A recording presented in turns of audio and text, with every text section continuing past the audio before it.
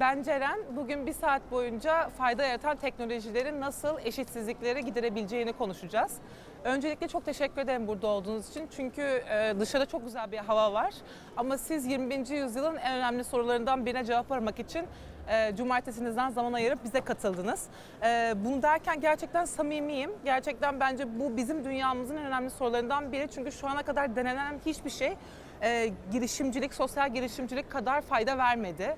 Ne politikacılar, ne yeni ekonomik planlar, ne askeri yönetim, hiçbir şey dünyada eşitsizlikleri gidermek için sosyal girişimcilik kadar çevik ve uygulanabilir uygulamalar bulamadı. Dolayısıyla bence gerçekten çok değerli bir konu üzerine konuşuyoruz.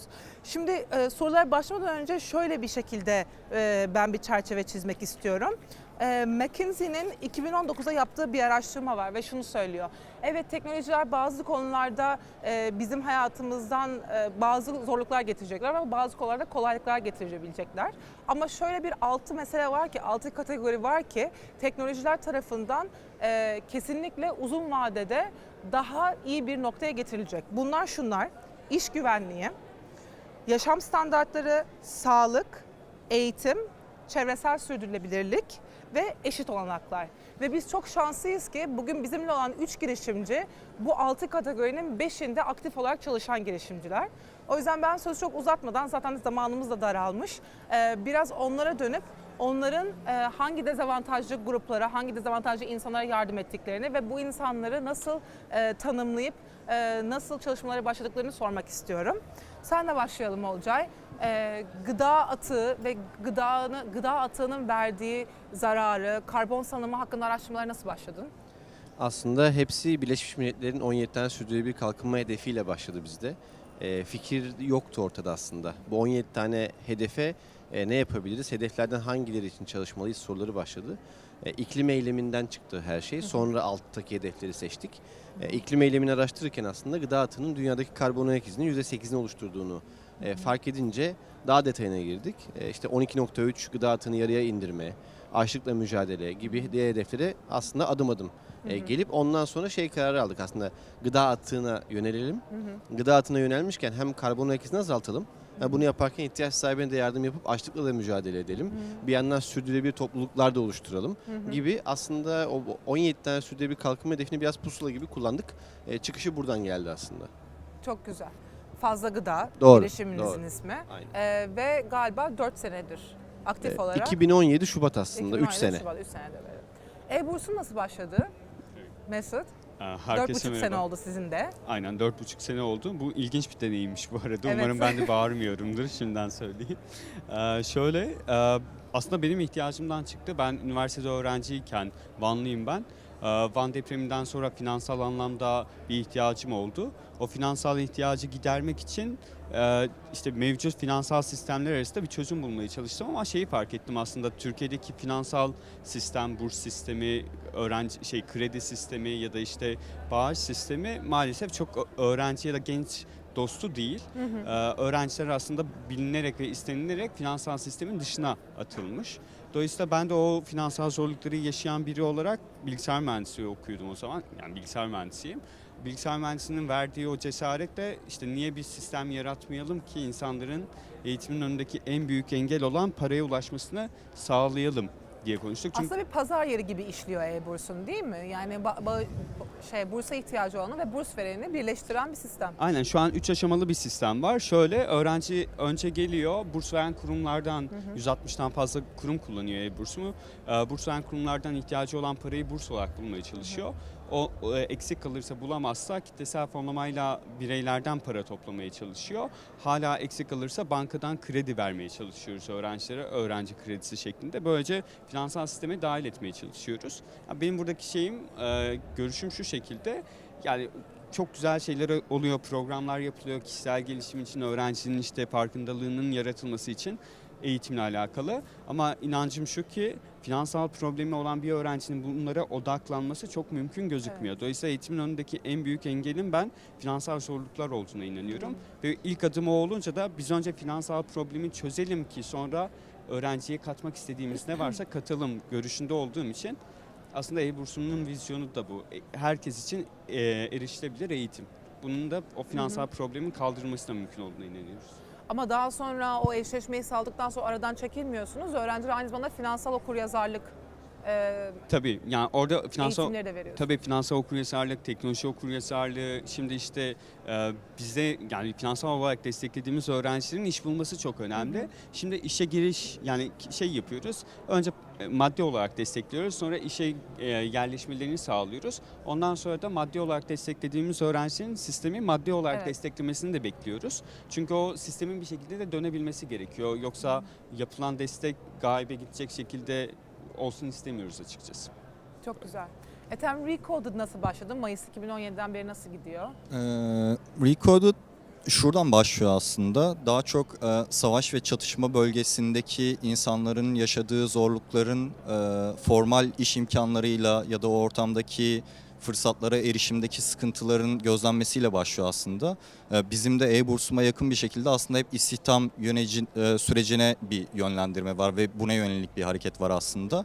Dolayısıyla bizim yapmaya çalıştığımız şey motivasyona ve yeteneğe sahip gençlerin formal eğitim imkanlarına ya da iş olanaklarına erişmekte sıkıntı yaşadığında dijital becerilerle onların aslında dijital ekonomiye yazılım geliştiriciler olarak, teknoloji girişimcileri olarak ve kendi komünitelerinde teknoloji liderleri olarak yer almalarına yardımcı olmak aslında. Bununla da genç işsizliğini azaltmaya çalışıyoruz aslında. Temel nokta bu. Bu şekilde ilerliyoruz. Ve çatışma alanlarında aktif olarak çalışıyorsunuz. Ya çatışma alanlarında aktif bir şekilde Yemen'de, Irak'ta faaliyet gösteriyoruz. Bunun yanında hani Türkiye'de de faaliyet gösteriyoruz. Türkiye doğrudan bir çatışma alanı değil ama dünyada en çok mülteci kabul eden, ev sahipliği yapan ülkelerden biri değil, en tepedeki ülke aslında. Dolayısıyla hani herkes bir durumda aslında bu çatışmadan etkilenmiş durumda toplumsal olarak. Çatışma burada olmasa dahi. Dolayısıyla bundan etkilenen insanların olduğu her yere gitmeye, erişmeye çalışıyoruz aslında. Çalışmalarınızı okurken şeyi okumak benim çok hoşuma gitmişti. Mezun ettiğiniz yazılımcıların %40'ı kadın. Ve bu kadar kadın oranının düşük olduğu bir sektörde bu kadar yeni yetenek katılıyor olmanız çok güzel bence. Doğru, aslında buradan yola çıkarak hani sadece genç işsizliğiyle değil, aynı zamanda hani bu sektördeki cinsiyet eşitsizliğiyle de mücadele etmeye çalışıyoruz. Bir yandan şöyle bir durum da var. Hem sektör bu yeteneğe ihtiyaç duyuyor. Örneğin %30'u firmaların Orta Doğu ve Türkiye'de eşleşmek istedikleri yetenekle eşleşemediklerini söylüyor. Diğeri de Global Eğitim Komisyonu mesela bir araştırmasında 2030 yılında o zamanki mesleki yeterliliklere %50'sinin gençlerin, 2 milyar genç bekleniyor. 1 milyarın gerekli kalifikasyonlara sahip olmayacağını gözlemliyor. Bu aradaki boşluğu gidermeye çalışıyoruz aslında. Aramızdaki konuşmalarda da öne çıkan bir mesele ekosistem yaratmak oldu. Türkiye'de ne yazık ki girişimcilik sektörü var ama girişimcilik küçük sektörel ayrımları olması biraz zor. Yani bir iki örnek var. O iki örnekte birbirine çoğu zaman rakip olarak çalışmıyor. Ekosistem kurmanın önemi ne sence Olcay? Ve siz o ekosistemi geliştirmek için nasıl çalışmalar yapıyorsunuz? Şimdi burada iki tane şey söyleyeyim aslında. Senin de başladığın biraz reklam gibi olacak ama McKinsey'nin yine bir raporu derdi ki aslında 2025 yılında dünya ekonomisinin aslında %30'u ekosistemler üzerinden geçecek. Evet. Aslında buraya doğru gidiyor bu iş ki yaptığınız işte ne kadar çok fazla partnerle ya da ne kadar komplike bir şeye dokunuyorsanız o kadar çok ekosistemi kurmak önemli. Şimdi fazla gıda tarafında aslında biz uçtan uca bir atık yönetimi de yapmış oluyoruz. İşin gıda bağışı en çok duyulan ve görülen tarafı olmakla beraber sadece gıda bağışı yapmıyoruz. Firmaların işte atıl stoğunu biyogaz tesislerinde elektrik üretimine göndermesini, hayvan yemi tesislerinde ham madde yapmasını, bir kısmını satabiliyorsa satmasını ya da veri analitiğiyle aslında atık kaynağının önlemesini de sağlıyoruz. Önemli bir kısmı gıda bağışıyken. O yüzden ekosistemi ikiye ayırıyorum. Birincisi aslında böyle bir şey yapabilmek için örneğin bizde biyogaz tesisi, hayvan yemi tesisi, gıda bankaları gibi birçok yerle partnerlik yapmamız ve dolayısıyla bir ekosistem yaratmamız lazım ki uçtan uca bu işi yapabilelim. Diğer yandan biraz daha altına inersek başka bir konu karşımıza çıkıyor. O da şu, gıda bağışı bizim ilk başladığımız ve aslında sosyal olarak da en çok önem verdiğimiz ve hani kalbimizin de attığı yer diyebilirim. Burada operasyonlara başlamaya kalktığımız zaman şunu görüyoruz. Tamam, peki ben gittim işte bir perakende firmasına anlaştım. Gıdasını bana verecek. Dijital çözümü buldum. Nasıl yapacağım? A noktasından B noktasına bir ürün gidecek. Bunun için benim bir lojistik partnerimin olması lazım. Bu lojistik partnerinin bir tane değil, ülke çapında gidebilecek gibi farklı partnerlerin olması lazım. Peki ürünü B noktasına götürdüm. B noktasında bunu kim alacak, kim denetleyecek, kim oradaki ihtiyaç sahibini bulacak? Bu sefer kaymakamlıkların ya da muhtarlıkların bir ihtiyaç sahibi listesi vermesi lazım. İşte sosyal hizmetlerin bunu kontrol etmesi lazım. Dönüp bunu depolayacak bir yer ve bunu dağıtacak bir yer lazım gibi bu gidiyor bu zincir. Dolayısıyla bu ekosistem aslında bir orada olmadığı sürece bunu yapmak mümkün değil. İki böyle bir şey yapacaksanız o ekosistemi kuran, başlatan taraf olmak zorundasınız. Biz Fazla Gıda'da aslında şu an yani 3 yıldır en çok dışarıdan yine görülmeyen fark yarattığımız kısım aslında olmayan bir ekosistemi yaratmış ve yaratıyor olmamız. Ve bu paydaşlar arasında veri paylaşımının Kesinlikle da şeffaf, sağlıyor olması. izlenebilir. Bütün her şeyi uçtan uca kurgulamış olmak. Bugün Gıda Kurtarma Derneği'ni de biz kurduk aynı zamanda kurucular olarak. Bunun Çok bir sebebi güzel. işte bu ekosistemde gıda bankası sayısının çok az olması, altyapının gelişmemiş olmasıydı. Bugün aslında 2,5 yıl oldu kuralı Gıda Kurtarma Derneği. Türkiye'nin en büyük gıda bankası haline geldi. 36 şehirde her gün günlük operasyon yapıyoruz. 330 bin kişiye aylık gıda yardımı yapıyoruz. Bu da Kızılay'la da partnerlik yapıyoruz. Burada Aşevler'le de partnerlik yapıyoruz. Ekosistem kurmadığın sürece bu işi yapmak, yani sadece bu iş derken birçok işte de aslında etkiye küçük, minimal, belli bir coğrafyada belli bir Aynen ölçekte öyle. tutmak anlamına geliyor. Dolayısıyla ekosistem bu işin kalbi. Gideceğimiz yerde ekonomiler de buraya gidecek. Etki ve sosyal girişimcilik de buna ihtiyacı var. Yani bugün hepimiz için aynı şey geçerli diye düşünüyorum. Bu arada Evet. işte Recoded mesela bir çalışmaya başlamış. Biz de ekosistemde bir partneriz. Bana mesela kadın yazılımcı ihtiyacım var. Hemen bekliyorum Çok güzel. iletmesi. E-Burs'un şöyle bir güzelliği var. Kendi ekosistemini demokratikleştiren bir yapısı var. Çünkü hem bursa ihtiyacı olan hem de burs verenin daha fazla opsiyon ve insan çeşitliliğiyle iletişimde olmasını sağlıyor. O yüzden ekosistem işin büyük bir parçası, değil mi? Öyle yani bizde zaten bence hepimizin içinde o ekosistemi kurmadığımız ya da o ekosistemin olmadığı bir ortamda zaten işlerimizin sürdürülebilir olmasının imkanı yok. Yani gün sonunda biz burada yani sosyal girişimciler olarak biz aslında sistem değiştirmeye çalışıyoruz. Evet, aynen Dolayısıyla biz orada kısa günlük bir çözüm uygulamıyoruz ya da günlük bir çözüm önermiyoruz. Sistemi değiştirmeye çalıştığımız için uçtan uca bütün ekosisteme yakın olmamız gerekiyor. Ekosistem yoksa yaratmamız gerekiyor. Bizim durumumuzda da ekosistem yoktu maalesef.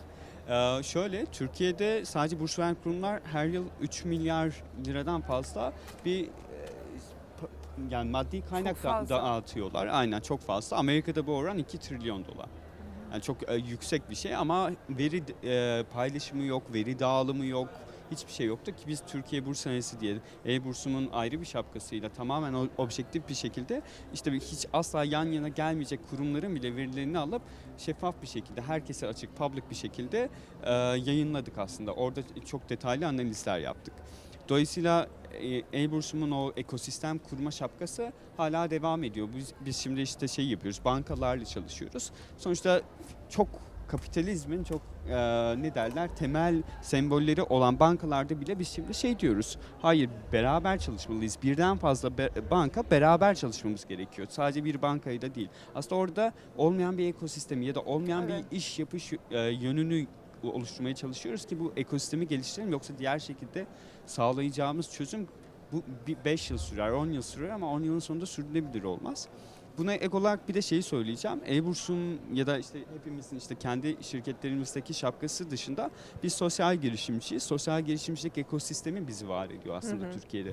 Dolayısıyla biz yani bugün şu anda mesela bu soruyu E-Burs'um şapkamla değil sosyal girişimcilik şapkamla cevaplıyorum. Çünkü inanıyorum ki sosyal girişimcilik ekosistemini biz geliştirmesek yani Türkiye'den bir sosyal gelişim unicorn'u çıkmayacak. Evet. Yani aynen öyle. iyi bir sosyal girişimcilik ekosistemi olmayan bir ülkeden iyi bir girişimin çıkması da mümkün olmuyor maalesef.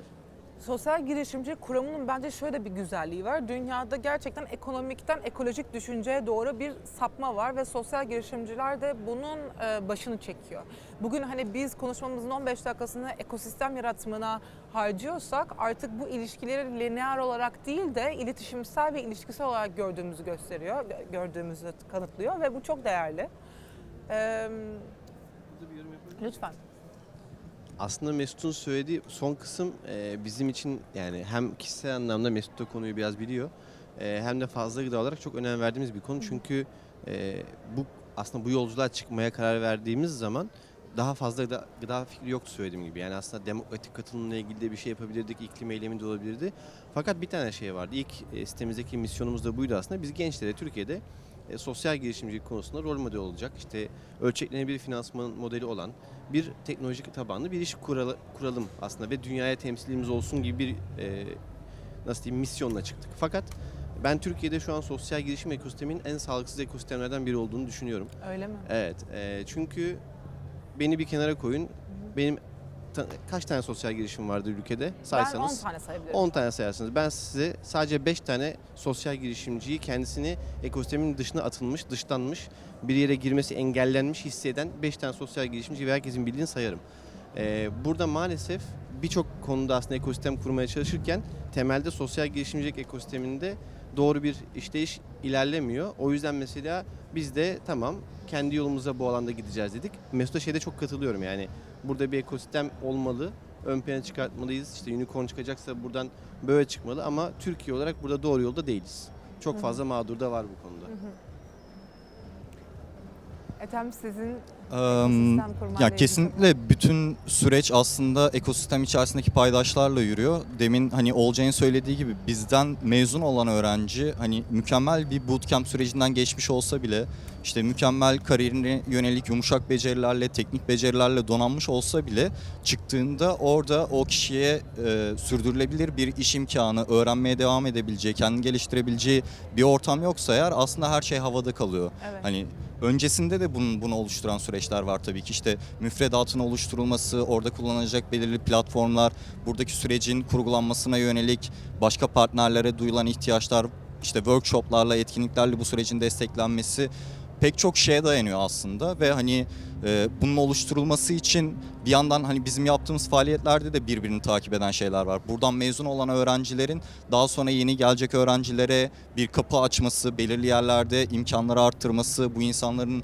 girişimcilik gibi faaliyetlerle başka faaliyetleri desteklemesi hepsi birbirini besleyen bütüncül bir süreçte yürüyor. O yüzden Ki zaten siz sadece yazılım eğitimiyle bırakmıyorsunuz öğrencileriniz. Aynı zamanda iletişim, networking etkinlikleriyle de onların kapasitelerini yükseltmeye çalışıyorsunuz. Yani onları dışarıdaki dünyaya hazır birer birey haline getirmek için her türlü eğitim veriyorsunuz. aynen öyle. Eğer hani bootcamp sürecinden bahsedecek olursak özellikle kodlama bootcamp'inden aslında 20 haftalık bir dönüşüm yolculuğu gibi düşünebiliriz. Bunun 14 haftasında teknik bir şekilde eğitim alıyorlar. İşte talep gören yazılım dillerini öğreniyorlar ve projeler yaparak ilerliyorlar. Bu projeleri de daha önce daha gelecekte bir iş başvurusu yapacak olduklarında bir portfolyo gibi sunabiliyorlar. Bunun yanında aynı zamanda kariyer olarak da hazırlanmaları için aslında işte online olarak imajınızı nasıl kurgularsınız, iş görüşmelerini nasıl yaparsınız, işi nasıl arayabilirsiniz gibi yumuşak becerilere yönelik şeyleri de öğretiyoruz. Ya da aynı zamanda takım halinde nasıl çalışılır, proje nasıl yönetilir gibi bilgileri de ediniyorlar. Ve son 6 haftasında da birebir gerçek müşteri projesi üzerinde çalışıyorlar ki piyasaya, markete çıktıklarında gerçekten aranan insan olabilmeleri için hani bütün süreci destekleyerek gidiyoruz. Onun da en sonunda da hatta yine bu iş sağlayan partnerlerle, sürece katkı koyan partnerlerle hep beraber bir demo day, bir mezuniyet günü yapıyoruz. Ve orada daha önceden birbirini tanıyan ama artık finalize hale gelmiş öğrenciyle potansiyel işverenleri bir araya getirip bir ortam sağlıyoruz. Oradan da insanlar daha bootcamp bitmeden iş buluyorlar ya da bootcamp bittiğinde bu firmalarda staj yapmaya, buralarda çalışmaya başlıyorlar. Bir tane örnek vardı mesela bootcamp'te gerçek müşteri projesi yapan öğrencilerimizden bir tanesi Bağdat'ta. Firma o kadar etkilendi ki yaptığı işten co-founder'lık teklif edip CTO olarak işe aldılar örneğin öğrenciyi. O yüzden hani hepsi birbiriyle çok ilintili bir şekilde gidiyor ve hani biz bütün süreci bu partnerlerle çalışarak öğrencilere sağlamaya çalışıyoruz aslında. Ya burada şöyle bir detay var. Biz geleceğin yetkinlikleri derken çoğu zaman işte yazılım, front-end developer, tasarım bunlardan bahsediyoruz ama araştırmalar gösteriyor ki aslında bizim yumuşak beceri olarak tabir ettiğimiz şey ileride bizi farklılaştıran unsurlar olacak. Dolayısıyla yetiştirilen insanlara da o becerileri katmak çok önemli bir açısı olayın. Çok küçük bir şey eklemek istiyorum. Biz mesela hani sadece bir şey öğretmekten ziyade aslında insanların öğrenmelerine yardımcı olmaya çalışıyoruz. Evet, belli bugün talep gören bir dili öğretiyor olabiliriz ve bunun karşılığı olabilir mesela. Ama bu kişinin hani dinamik bir şekilde bu kadar hızlı dönüşen bir ortamda asıl öğrenmeye aynı hızda devam edebiliyor. Hatta daha yüksek hızda devam edebiliyor olması önemli aslında. Evet. Peki çok ideal durumlardan bahsettik. Yani hepiniz eminim eve gittiğinizde vicdanınız rahat bir şekilde uyuyorsunuzdur. Ve çok da güzel işler. Ama bunun biraz şimdi iş kısmını konuşmak istiyorum ben. Yani hem yatırımcıları, hem stakeholder'ları, hem paydaşları yönetmek nasıl bir şey? Bu insanlar ne kadar etki bazlı düşünüyorlar? Etkinizle ilgili nasıl sorular soruyorlar ve siz etkinizi nasıl ölçüyorsunuz? Sen de başlayalım Olca. Şimdi işin iki tane tarafı var yatırımcı tarafında. Bir aslında Türkiye'ye daha yeni gelen etki yatırımcıları Evet. dediğimiz, tam da geldiğini söyleyemeyiz bu arada. Bir de normal aslında alışageldiğimiz yatırımcılar var. Şimdi geçen 2 sene evvel Cenevre'deki sosyal fayda zirvesine katılmıştık. Ve orada aslında etki zirvesine de katıldık ve şöyle bir şey söyleyeyim. Etki yatırımcıları olan aslında venture capital'lara üstten daha da yukarıdan milyar dolarlık fonlarla yatırım yapan karar vericilerin sunumlarını dinledik. Burada da birkaç toplantıya katıldım. Önce etki tarafından başlayayım. Bir kere etki yatırımı dediğiniz şey, bunu her yerde de sesli bir şeyle söylemeye çalışıyorum ki yanlış anlaşılma olmasın. Biraz gördük masada da. Etki yatırımcılığında kesinlikle iyi bir şey yapıyorsunuz diye bir kayrılma, bir favor durumu olmaz. Finansal olarak en az diğer girişimler kadar verimli, en az diğer girişimler kadar başarılı olmanız artı diğer girişimlerden farklı olarak bir de sosyal ya da etki aslında çıktınızın net olması gerekiyor.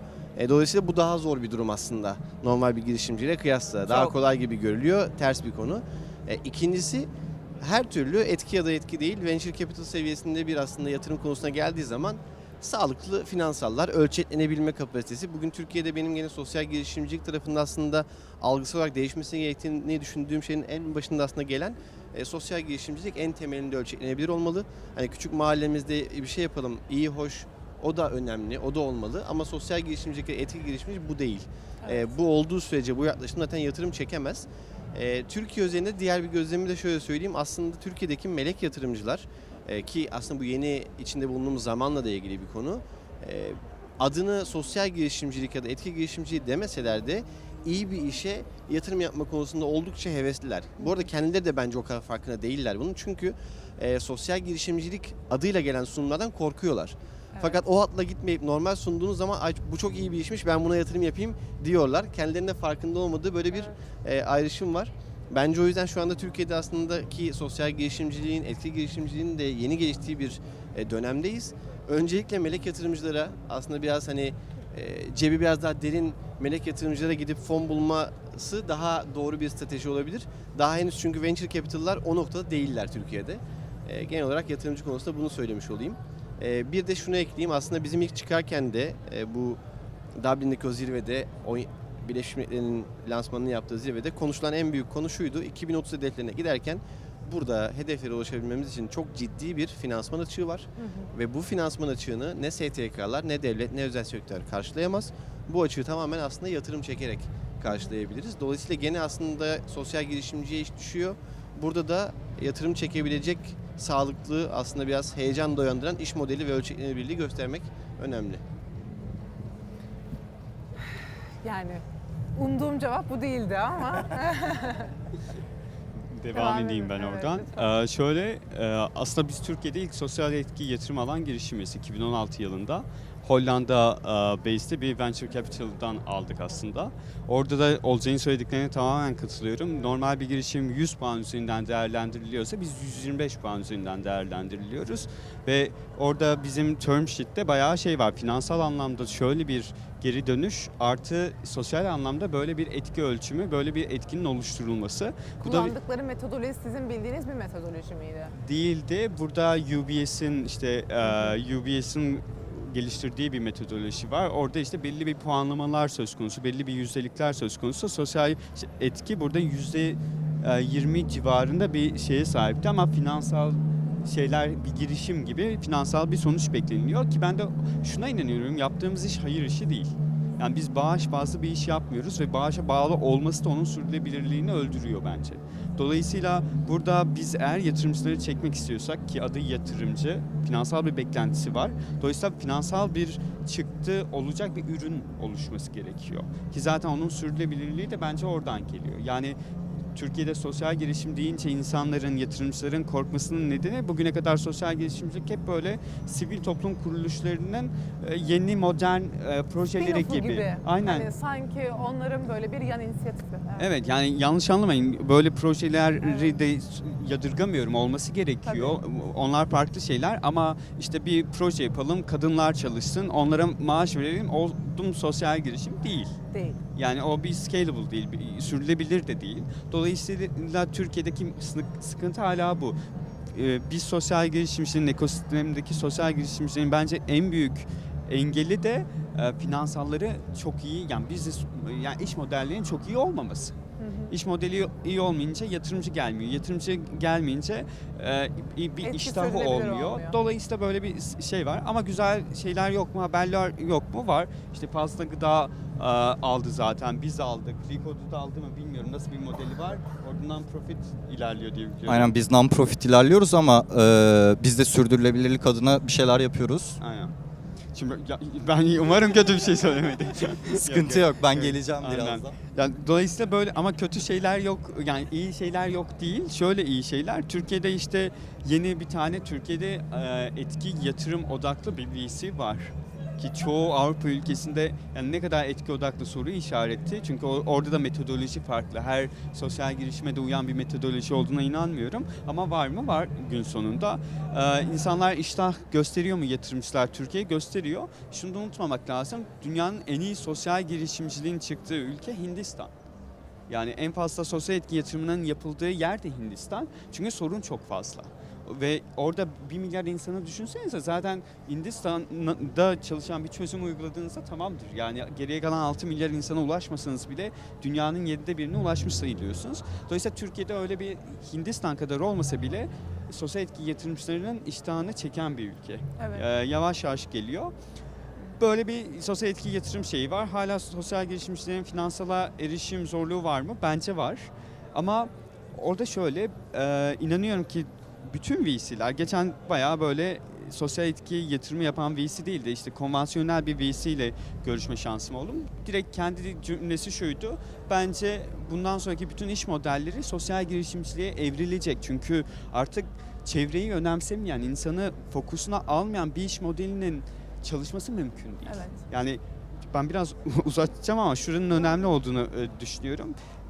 Yani bizim 2 nesil, 3 nesil öncemiz stabiliteye önem veren bir nesildi. Yani ben dedemi düşünüyorum, dedemin babasını düşünüyorum. Savaş görmüş bir nesil ne kadar stabil bir hayata sahip olursa o kadar mutluydu. Gerçekten öyle. Dedelerimize baktığımızda aman sakın şey yapma, evin olsun, gayet yeterli. Bizim babalarımızın nesli biraz daha o finansal sürdürülebilirliği devam etmeye doğru ilerledi. Yani artık, yani hepimizin babasından da şeydi: bankaya gir, çalış, iyi çalış, devam et.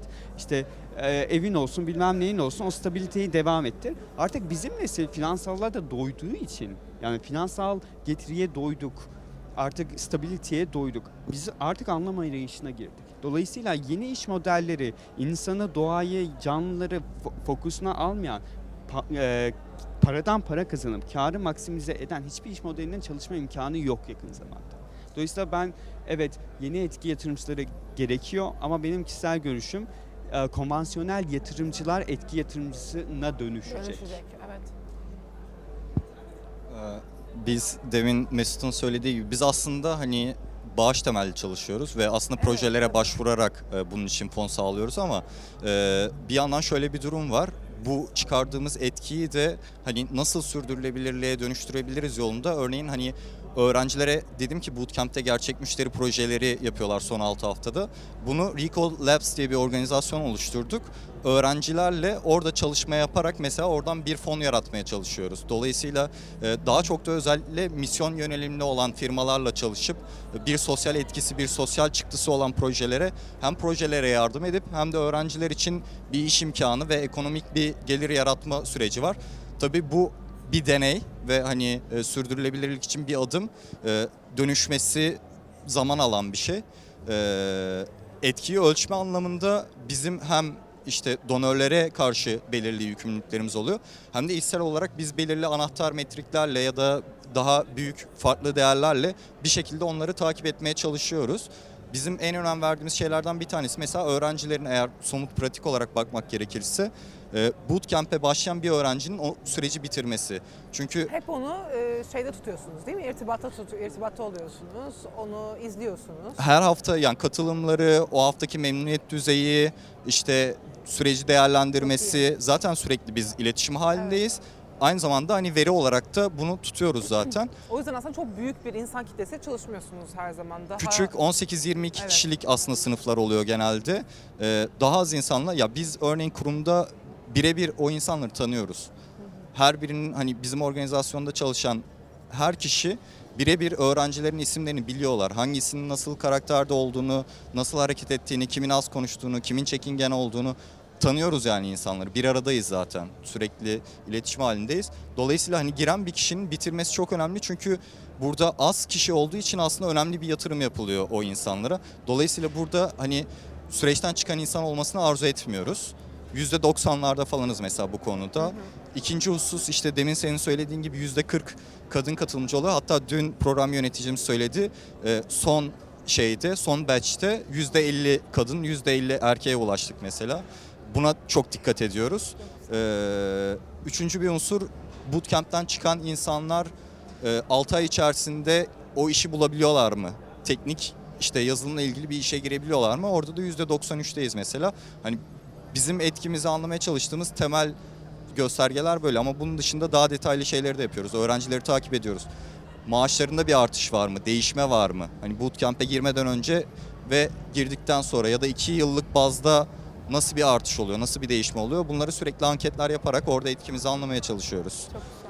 Bir etki kısmında birkaç bir şey daha Lütfen. söylemek istiyorum. Aslında bence Evet, biraz olumsuz seansın... bir noktada bitirmiştim. Yok ya olumsuz bitirmedim aslında. Gerçeği göstermek adına. Evet, Çünkü kesinlikle. o gerçeği bilmeden yola çıktığınız zaman başarısız olacağınız çok belli. Ya da yolun ortasında hayal kırıklığına olacağınız çok belli. Bunu biz işte 2-3 yıllık bir aslında serüvende net bir şekilde gördük. Onu bilmek bence doğru planlama yapmak için gerçekten çok önemli. Yani pozitif gelecekse şöyle söyleyeyim ben.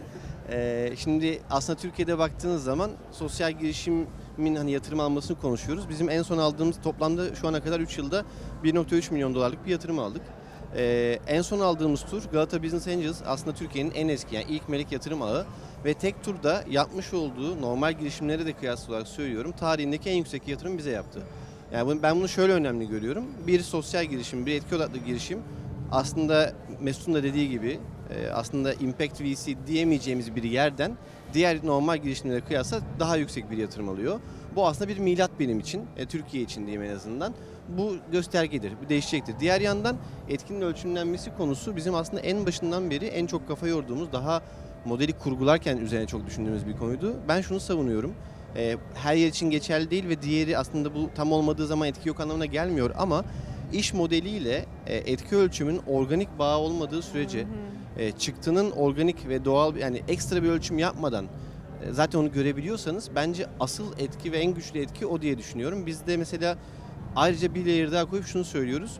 Finansal getiriyle etki getirisinin aynı ölçekte olması lazım. Yani benim finansal getirim bir çözümden artıyorsa aslında onun aynı zamanda etkisinin pozitif etkisinin de artıyor olması Yatırım gerekiyor. tarafında da aynı şekilde. Evet. %25 değil yani aslında %50, %50 Aynen. belki Çünkü de. diğer türlü şöyle bir konu gündeme geliyor. Ben finansalla etki arasında bir tercih yapmak zorunda kalacak mıyım? Evet. Bunu ortadan baştan modelde kaldıramazsanız sonrasında bazı sorunlar yönetsel olarak karar verme olarak çıkabilir. Bizim tarafta örneğin şöyle bir gerçek vardı Türkiye'de yola çıktığımız zaman. Gıda bağışı yapmanın vergisel açıdan aslında imha etmeye kıyasla zararı vardı.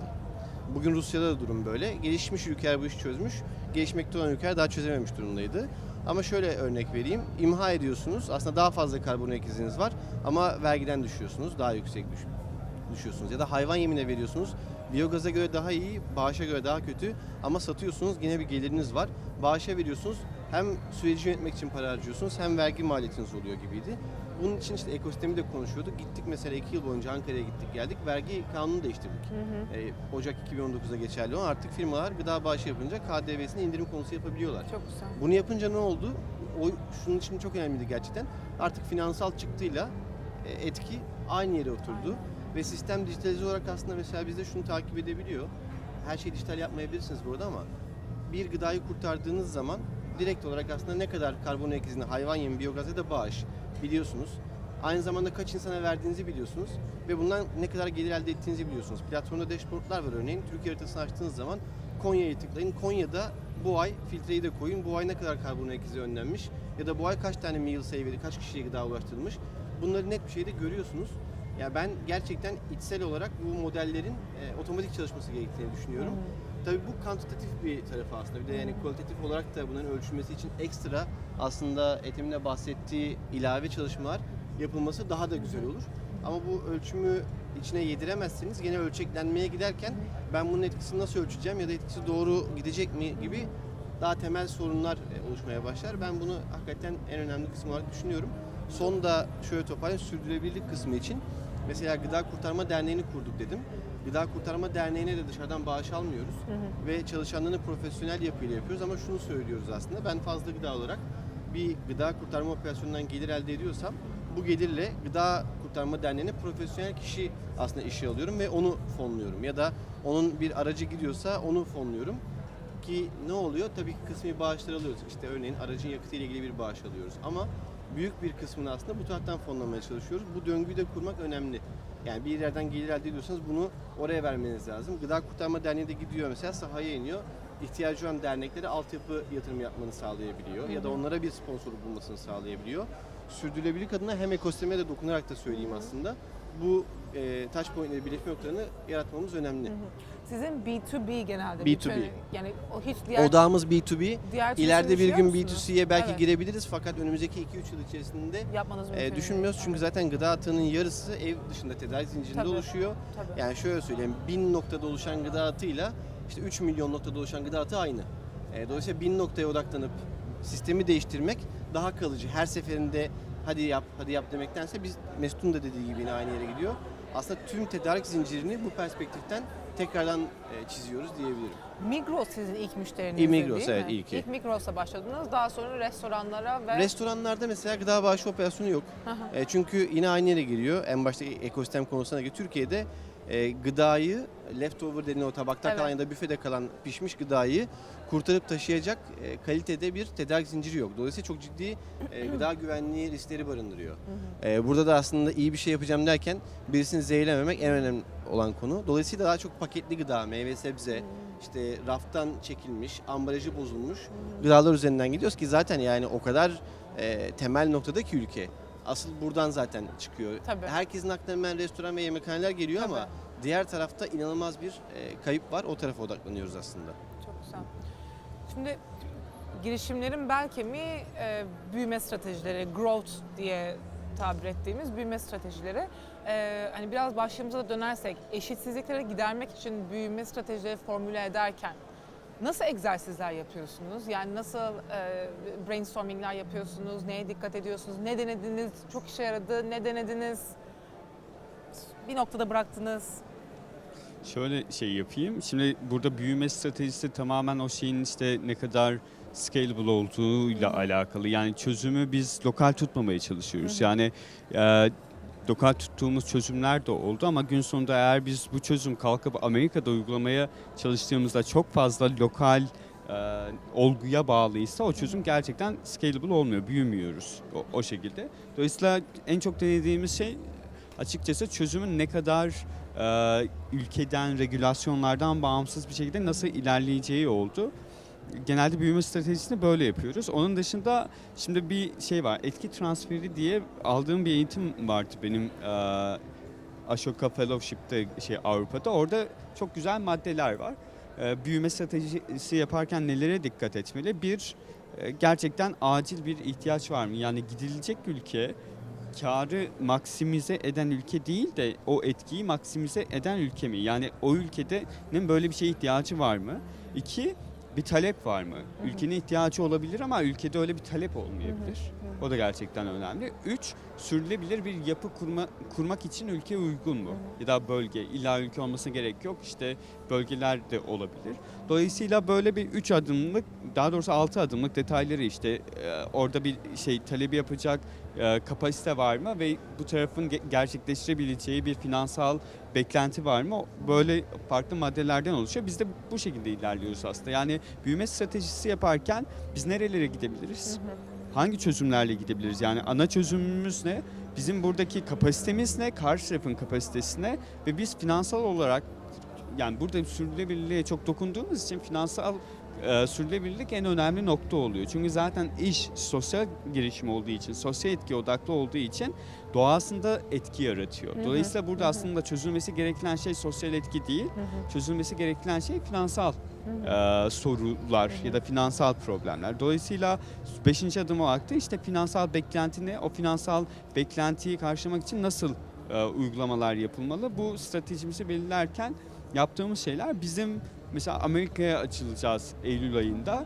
Bizim Amerika'yı seçmemizin nedeni ne? Amerika'daki öğrenci borçlanması, student loan olayı dediğimiz şey 1.9 trilyon dolar. Yani Amerika'da her 2 kişiden birinden bile fazla insanın borcu var.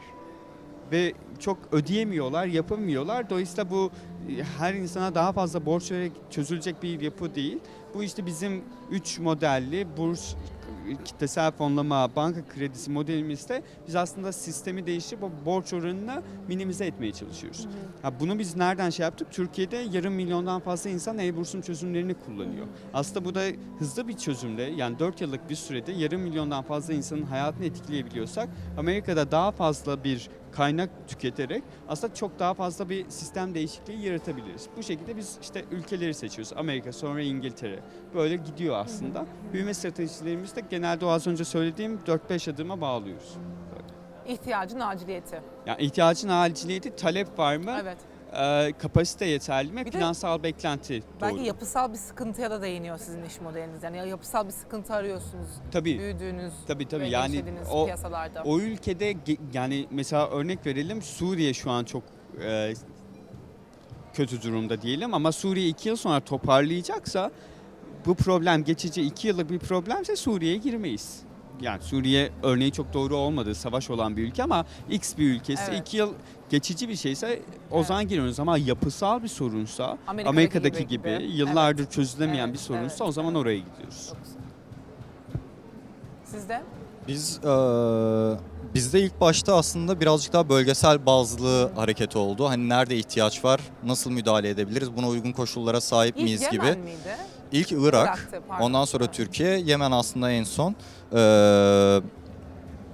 Bunun üzerinden hani belli bir noktaya geldiğimizde artık noktasına geldik. Hani bir sonraki aşama ne olmalı, nasıl ilerleyebiliriz? Çünkü belli bir şeye geldik, belli bir know-how'ı edindik, bunu öğrendik.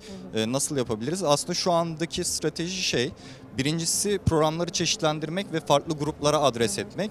Mesela yazılım konusunda belli zihinsel becerilere sahip, belli algıyla çalışan insanlar daha kolay kavrayabiliyorlar meseleyi. Dolayısıyla herkese uygun bir süreçte olmayabiliyor. Farklı arka planlardan gelen insanlar var ve öğreniyorlar, ilerliyorlar da. Ama yine de belli bir zihin yapısını gerektirebiliyor.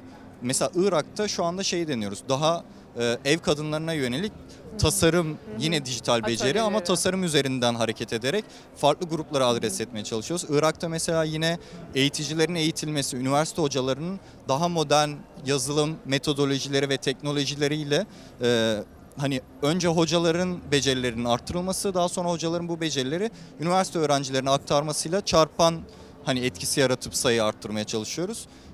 Denediğimiz şeyler bunlar, aslında farklı yerlere adres etmeye çalışıyoruz. Sonuncusu da hani büyüme anlamında şu anda çözmeye çalıştığımız şeylerden bir tanesi, biz çok önemsiyoruz. Hani öğrencilerin fiziki olarak da bizim bütün süreç aslında hibrit bir metodla ilerliyor bootcamp'te. Bütün müfredat online ama öğrenciler yine de fiziki olarak derse geliyorlar. Hocayla bazı kısımları klavyenin üstünde elini basarak öğreniyorlar. Bunun yanında işte gelen konuşmacılarla, workshoplarla, insanlarla etkileşime geçiyorlar. Network'ü öğreniyorlar. Kurumun değerlerini benimsiyorlar. Orada hani profesyonel hayata ve işte etki yaratmaya yönelik ortamın nasıl işlediğini, değerlerinin ne olduğunu kavruyorlar. Dolayısıyla hani bu elementi çıkartamıyoruz, çıkartmak istemiyoruz aslında. Tamamen online alamıyoruz. Ama bunu çıkarmadan nasıl ölçekleyebiliriz? Aynı zamanda hani o az sayıyla hareket ediyoruz ama hani yüksek bir etki yakalıyoruz. O yüksek etkiyi nasıl daha çok insana yayabiliriz? Aslında şu anda onu araştırıyoruz. Nasıl daha fazla insana ulaşabileceğimiz hibrit modelden devam edebiliriz diye. Bize de bu şekilde ilerliyor aslında. Eğitimleri dijitalleştirmeyi hiç düşündünüz mü? Dijital zaten büyük ölçüde. Hani mesela Paylaşılabilir şekilde. kariyerle ilgili bir şeyimiz var. Aynı zamanda hazırladığımız. Mesela tamamen müfredat yine orada online erişilebilir bir durumda. Videolar var, tekstler var, işte assignment'lar var. Bu görevleri, ödevleri yapıp gönderiyorlar. Biz kontrol ediyoruz, geri cevap veriyoruz. Her şey işte bulutta oluyor vesaire. Hani tamamen dijital bir süreç var. Ama bir yandan o bahsettiğim konularla ilgili fiziksel elementin kalması gerekiyor. Yoksa hani zaten bütün organizasyon, bütün süreç aslında dijital halde. Öğrenciler yaptıkları çalışmaları işte Olcay ve Mesut daha aşinadır. Git'e yüklüyorlar. Hani bütün süreç zaten teknolojik olarak ilerliyor. Ama belirli şeylerin aktarılması için de ona ihtiyaç duyuyoruz yine de. Çok güzel. Olcay size nasıl işliyor? büyüme? Bizimkisi birazcık daha karışık diyebilirim çünkü birkaç sebepten dolayı. Aslında şirketin ana hedefi, amacı gıda atığı kaynaklı karbon ayak izini önlemek tepedeki. Bununla beraber az önce bahsettiğimiz gibi açlıkla mücadele gibi çeşitli şeyler var. Şimdi burada karar verirken aslında önce şuna bakıyoruz. Gıda atığının bir tane sebebi yok, birçok sebebi var. Dolayısıyla bu birçok sebep nerede çözülebilmiş, nerede çözülememiş. Bunu coğrafi olarak da düşünebilirsiniz. Tedarik zincirindeki adımlar olarak da düşünebilirsiniz. İki, ihtiyaç sahibi nerede daha çok var ve ihtiyaç sahibi burada tanımı da coğrafi olarak değişir. Yani Almanya'daki ihtiyaç sahibi ile Türkiye'deki ihtiyaç sahibi arasında çok büyük fark vardır ama bu Almanya'da ihtiyaç sahibi yoktur anlamına gelmez. Dolayısıyla biz bu gözle bakarak aslında karar veriyoruz. Türkiye'den başlayayım. Mesela Türkiye'de ilk başlarken açtık, gıda atığı istatistiklerine baktık. Avrupa'ya baktık ama çok benziyor diye. Örneğin perakende sektöründe yani süpermarketlerdeki gıda atığı %5 ile %7 arasındadır toplam gıda atığı arasında. Dolayısıyla bunu bilen bir insan normalde ne der? Ben buradan başlamayayım, daha büyük bir yerden başlayayım. Fakat perakende zinciri diğer sektörlerden farklı olarak coğrafi olarak ülke çapında her yerde olan, yayılmış ve dolayısıyla aynı anda oraya başladığınız anda aslında lokal komüniteleri de, toplulukları da geliştirebileceğiniz, aşirelerine gıda bankını geliştirebileceğiniz bir fırsat veriyor. Dolayısıyla biz önce perakendeden başlamaya böyle karar verdik. Dedik ki perakendeden başlayalım. Günlük operasyon, köşe bucak, mahalle her yerde varlar. Önce bu komüniteleri bir başlatalım. Bu işi alıştıralım. Daha sonra mesela bunu yaptıktan sonra segment olarak dedik ki tamam o zaman artık bunu oluşturduk. Daha büyük, daha farklı ürünler lazım. Hep meyve sebze değil. Bu noktada üreticilere gitmemiz lazım kararı verildi. Ama bununla paralelinde de şuna karar vermeye başladık. Evet, perakende her yerde var ama biz Türkiye'de ihtiyaç sahibi daha çok nerede var diye bakıp örneğin bugün Hatay'da bir mülteci sorunu vardır. O yüzden Hayat Derneği ile beraber Hatay'a odaklandık. Döndük Antep'teki işte belediyeyle beraber çalıştık. Gibi aslında bölgesel seçimler yapmaya da, yani şehirsel seçimler yapmaya da başladık.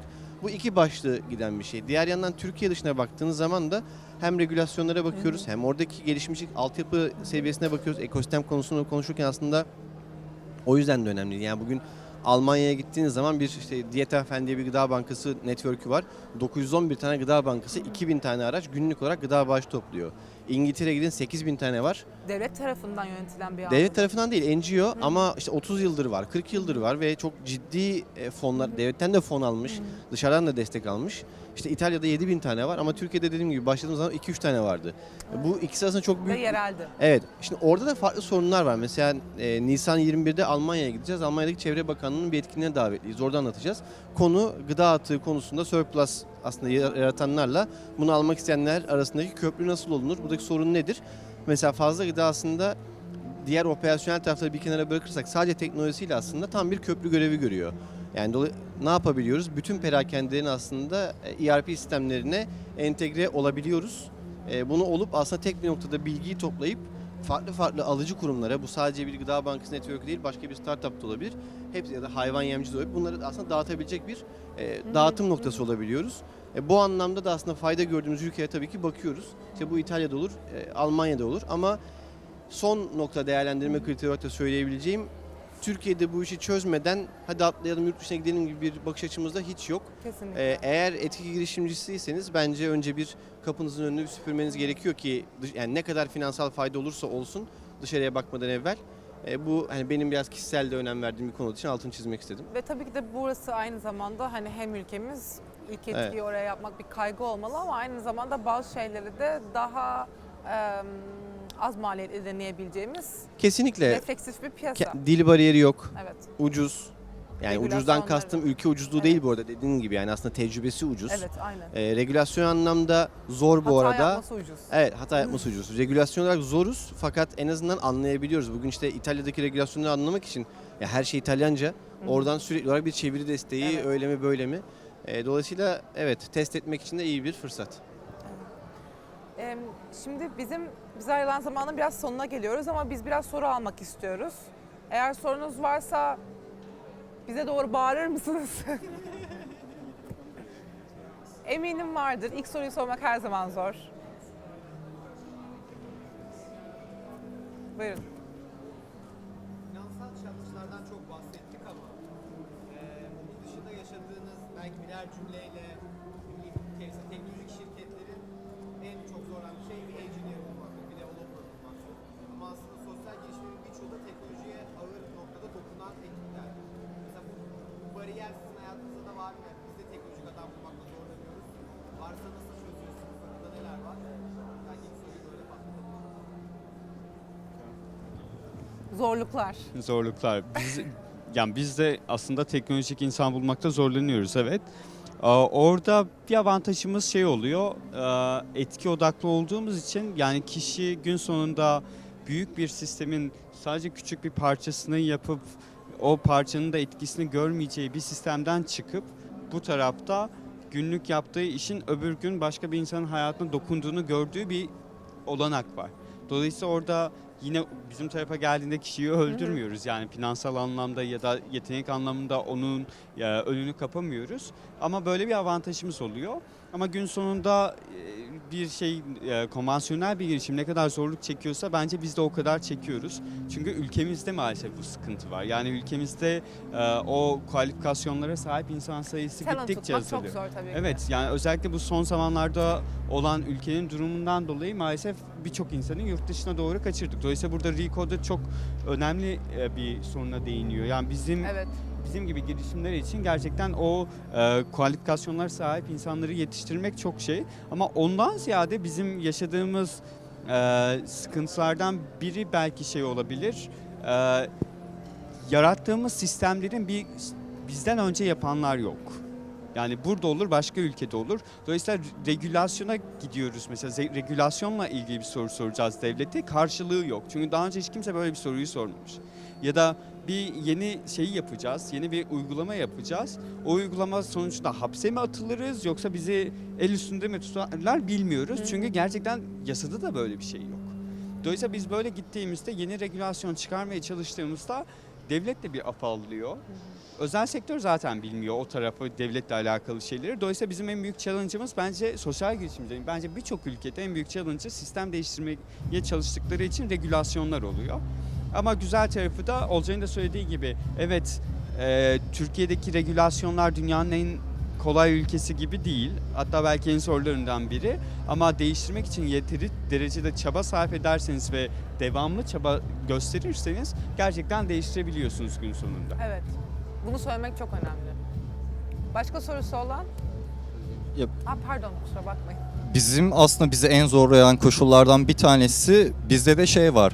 Hani eğitim anlamında insanların sürece yaklaşımını aslında dezavantajlı arka plandan gelen insanlarla bütünleştirmeye çalışıyoruz ve hani sürekli buradaki başarıyı nasıl yükseltebiliriz ve ya mesela buradaki insanlar zaten kırılgan durumdalar. Bir yandan işte belki normal bir iş hayatına devam ediyorlar, belki öğrenme hayatına devam ediyorlar. İşte zamansal olarak nasıl iklimlenecek, psikolojik olarak bu süreçler nasıl eklemlenecek, pedagojik olarak nasıl süreç işleyecek. Bu insanlar bu süreçten sonra çıktıklarındaki mekanizmalarla ilişkileri nasıl olacak gibi birçok noktayı düşünerek hareket etmemiz gerekiyor. Ve hani çok fazla örnek yok. Bir şekilde hani deneyerek öğrenme süreciyle hareket etmemiz gerekiyor. Resilient olmak lazım aslında günün sonunda. Evet, aslında zaten bu süreçte aslında bizim en önemli yarattığımız şeylerden birisi insanlar resilient oluyorlar. O yüzden mesela hem teknik bilgilerin yazılımla aslında firmalara yardımcı olabilmesinin yanında startuplara, scale-up'lara şöyle bir avantajla geliyorlar. zorlayıcı bir arka plandan geldikleri için bu insanlar oldukça azimli ve mücadeleci insanlar. Biz de zaten onu hani o sürecin içerisinde insanlara da kazandırmaya çalışıyoruz. Biz de organizasyonel olarak sürekli öyle kalmaya çalışıyoruz. Bir de bizde bölgelere göre zorluklar değişebiliyor. İşte Yemen'de altyapı ile ilgili sıkıntılar var. İnternet gidiyor. Hani internet gittiğinde ekiple iletişim kuramıyorsun. Öğrenciler yüklemesi gereken şeyleri yükleyemiyor ya da işte Bağdat'ta bir şey olduğunda insanlar fiziki olarak yer değiştiremiyorlar. Hani süreçleri nasıl işleyeceğiz sürekli hani farklı zorluklar çıkıyor ve bunları çözmek de gerekiyor bir yandan operasyonel olarak. Ben de çok kısaca şeyi söyleyeyim aslında, yani çok güzel toparlandı bu tarafta, o yüzden yazılım tarafına çok fazla girmeyeyim ama Pamir zaten bizim ekipten. Yazılım tarafı yani kötü bir ara ülkede. Maalesef çok az sayıda yetkin. Tutmak da zor. Evet, çok az sayıda yetkin yazılımcı kaldı. Sebebi de aslında çok rahat bir şekilde ya freelance olarak ya da giderek Avrupa'da güzel paralar kazanarak çalışabiliyor. Dolayısıyla benim şu an o taraftaki gözlemim çok konformist bir kitle maalesef ülkede oluşmuş durumda. Ben şeyi çok net görüyorum. Fazla gıdanın aslında yani işe alım sürecinde hiç zorlanmıyoruz. Çok fazla başvuru, çok fazla görüşme talebi oluyor ve çok kaliteli insanlar başvuruyorlar. Fakat yazılım tarafı için daha az oluyor bu. Yani yazılım dışında daha büyük bir ilgi, alaka varken yazılım tarafı daha çok konformist, daha kurumsal, daha çok finansal tarafta duruyor ve Türkiye bence çok enteresan bir çağdan geçiyor bu anlamda. Yani hakikaten biraz şeyden de kaynaklanıyor herhalde. Diğer aslında bizim gibi insanlar burada bu ülke sınırları içerisindeyken yazılımcılar ülke sınırlarından bağımsız bir yerde rate ediliyor. Bunun bir önemi var. Bizim tarafımızda yazılımdan bağımsız aslında en büyük zorluğu da söyleyip kapatayım. Fazla gıdada aslında biz B2B dedik ya, B2B1 aslında iş yapış şeklini ve sistemleri dönüştürüyoruz, değiştiriyoruz.